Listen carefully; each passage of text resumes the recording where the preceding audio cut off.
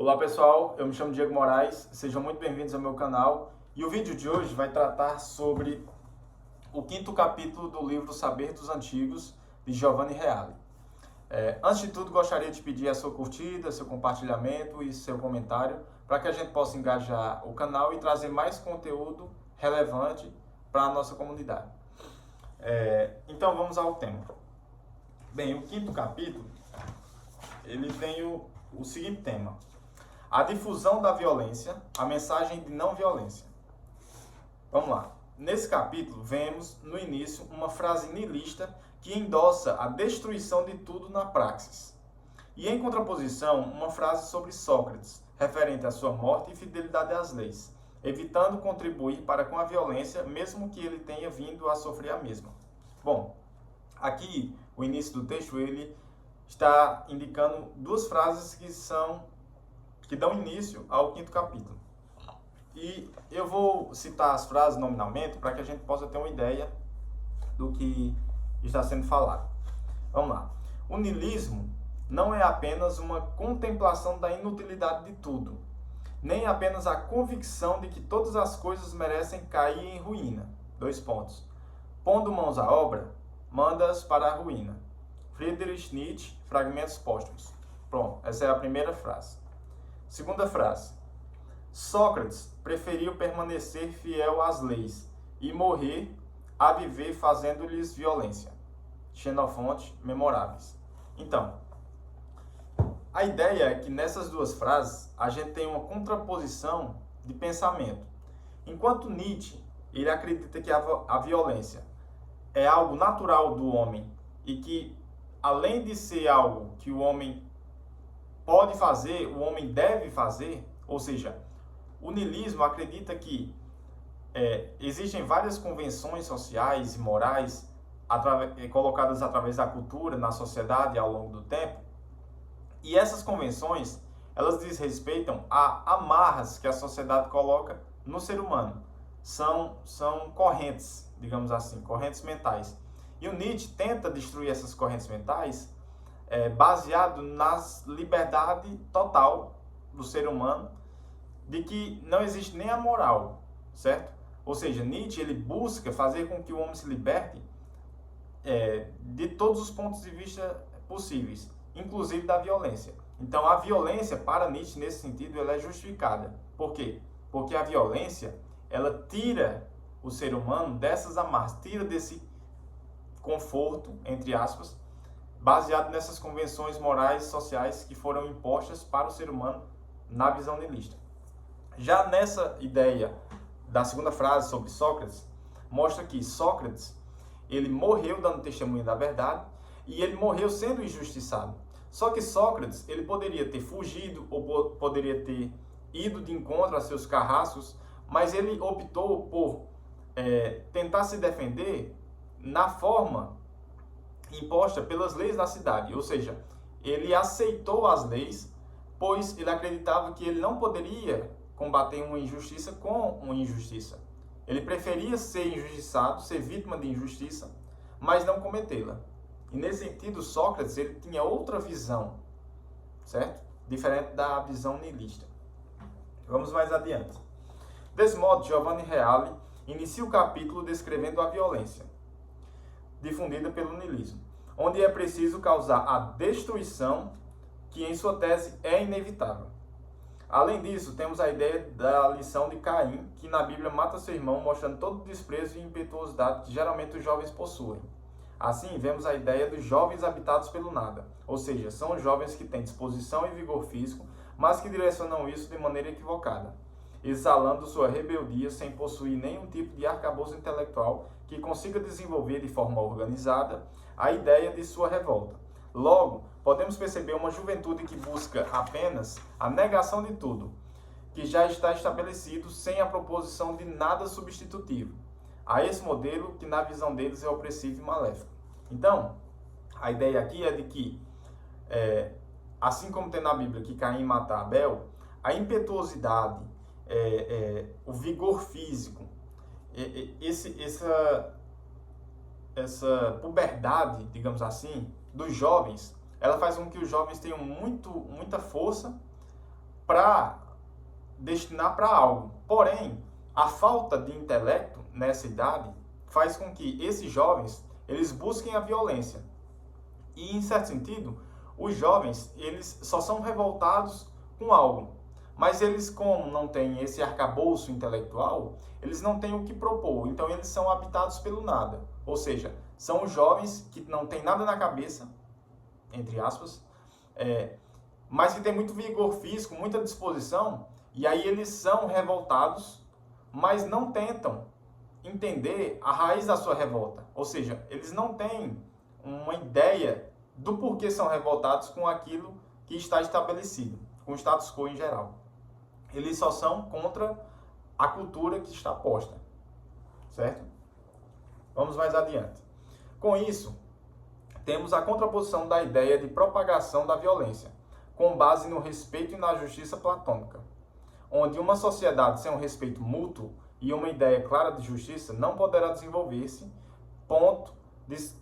a ponto de se estabelecer como potência, mas estará fadada ao fracasso. Além disso, temos também o amor como a melhor ferramenta de combate à violência, pois quem ama se doa e se sacrifica caso seja necessário por aquilo que se acredita. De modo que, diferentemente do amor pregado na atualidade, que busca sensibilizar cada vez mais o homem a ponto de vulnerabilizá-lo, o amor platônico ou filosofia grega busca preparar o homem para se fortalecer em corpo, mente e espírito, para que esse esteja decidido a fazer tudo aquilo que é correto, mesmo que tenha as maiores adversidades possíveis, pois o homem antigo é movido pelo verdadeiro amor. Ou seja, aqui Giovanni Reale ele está mostrando que a ideia platônica de contraposição às ideias nihilistas, essas ideias de apologia à violência, ele está colocando aqui que Platão ele já colocava que contra a violência você pode buscar a justiça e o amor, porque a justiça é dar ao outro aquilo que lhe é de direito, certo? Então a justiça busca sempre ter o senso da proporção de fazer com que todas as pessoas tenham aquilo que elas plantaram, elas colham o que plantaram. E o amor, nesse sentido, não é o amor que a gente vê difundido hoje. Ou seja, Giovanni Reale aqui ele faz uma separação do amor da época antiga com o amor atual. A ideia de amor atual é um amor, digamos assim, sentimental. É um amor que é baseado nos sentimentos, nas paixões. E, nesse sentido, os antigos encaravam de outra forma o amor. Ou seja, o amor colocado aqui, platônico, significa sacrifício, significa disposição para defender o que é certo, o bem, a justiça, a verdade. Então, o amor aqui, ele tem mais a, de certa forma, perder materialmente, mas ganhar em espírito, mentalmente. E, nesse sentido, o amor platônico, ele busca fazer com que não só seja um contraposto dessa violência incisiva, mas ele se declare como uma preocupação pelo outro. A ideia cristã de amor ao próximo, certo? Vamos lá. Concluindo o capítulo, Giovanni Reale traz uma citação da obra de Dino Buzzati, caracterizada por ele como uma meia-utopia, que é a ideia de que a mudança da realidade sobre o paradigma da igualdade melhoraria toda a sociedade, mas acaba culminando no fracasso, onde a teoria não se solidifica na praxis. Assim, a revolta dos cretinos busca estabelecer uma sociedade igualitária, porém sem o alcance da beleza, da força, da inteligência, da riqueza e de outros quesitos que venham a diferir caracteristicamente os homens. Então, vemos ser retirados as especificidades dos sobressalentes, nivelando todos por baixo. O que é que acontece? Aqui, Giovanni Reale está citando uma obra de Dino Buzzati que chama A Revolta dos Cretinos. E a ideia, basicamente, é a seguinte: existe uma sociedade e essa sociedade, para que ela seja uma sociedade justa, ela precisa ser igualitária. Então, a gente precisa igualar as pessoas. Então, existem pessoas mais inteligentes do que outras. Então, todo mundo tem que ter um nível intelectual igual. Logo, a gente tem que nivelar por baixo, então todo mundo vai ficar burro. Porque não tem como igualar por cima, certo? A gente tem pessoas bonitas e feias na sociedade. Então, como não tem como igualar todo mundo pela beleza, a gente vai igualar pela feiura. Então, todos agora são feios. A gente não tem como igualar todo mundo pela riqueza. Porque existem uns mais ricos e outros mais pobres. Como não tem como igualar pela riqueza, a gente vai igualar pela pobreza e agora são todos pobres. Ou seja, agora existe uma sociedade que são todos pobres, todos feios e todos burros. Porém, fazendo essa sucessão gradativa de igualdade social, digamos assim, chega um momento que as pessoas não conseguem ser equivalentes, que é no sentido do bem. Ou seja, existem pessoas boas e existem pessoas más. Porém, não é possível tornar essas pessoas boas em pessoas más. Porque a lógica, nesse sentido, quando você tem uma coisa alta e uma coisa baixa, e você tem que nivelar por baixo, porque não é possível por cima, logo, não tem como transformar a sociedade toda em pessoas más. Porque mesmo essas pessoas boas, quando são atacadas para se tornar más, elas ainda são boas. Elas continuam sendo boas. Quando elas são boas verdadeiramente, é claro. E nesse sentido, a gente vê que o bem, ele está acima da violência. Porque ele é capaz de sofrê-la e não responder com a mesma moeda. O bem, ele é capaz de virar... os homens bons, eles são capazes de virar mártires. Ou seja, aqueles homens que morrem por alguma causa, por algum sentido, algum propósito de vida. Mas nesse sentido, é interessante que o bem, ele não está em contraposição... Claro, está em contraposição ao mal, mas ele não é um adversário direto do mal, no sentido de que a violência não consegue atingir o bem. Porque o bem nunca deixará de ser bom, nunca deixará de fazer as coisas corretas, mesmo que sendo atacado por essa violência, por esse mal, certo? Finalizando, vê-se com isso que o ensinamento socrático de justiça é válido até hoje. Pois, diante de um julgamento de morte, Sócrates prefere encarar as leis da cidade e não fugir, mesmo estando correto, ensejando que mais vale ser acometido por uma injustiça do que cometê-la.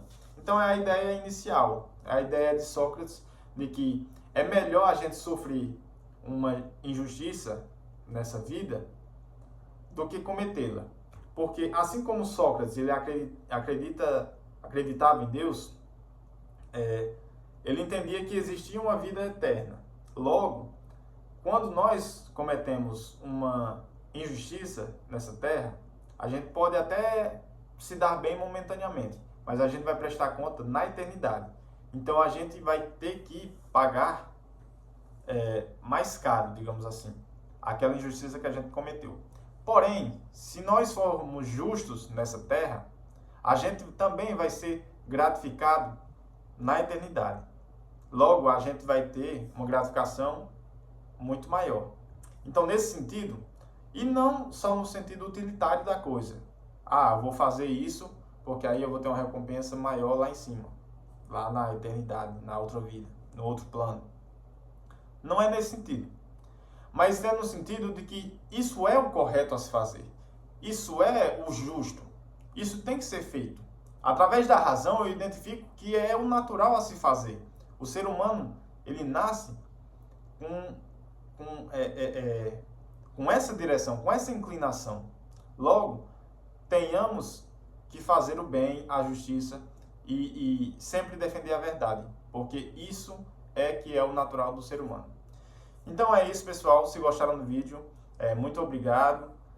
Curtam, comentem, compartilhem, divulguem o canal, porque cada vez mais que esse canal engaja, mais a gente traz conteúdo e assim a gente pode manter o canal falando sobre filosofia, literatura, alta cultura e entre outras coisas.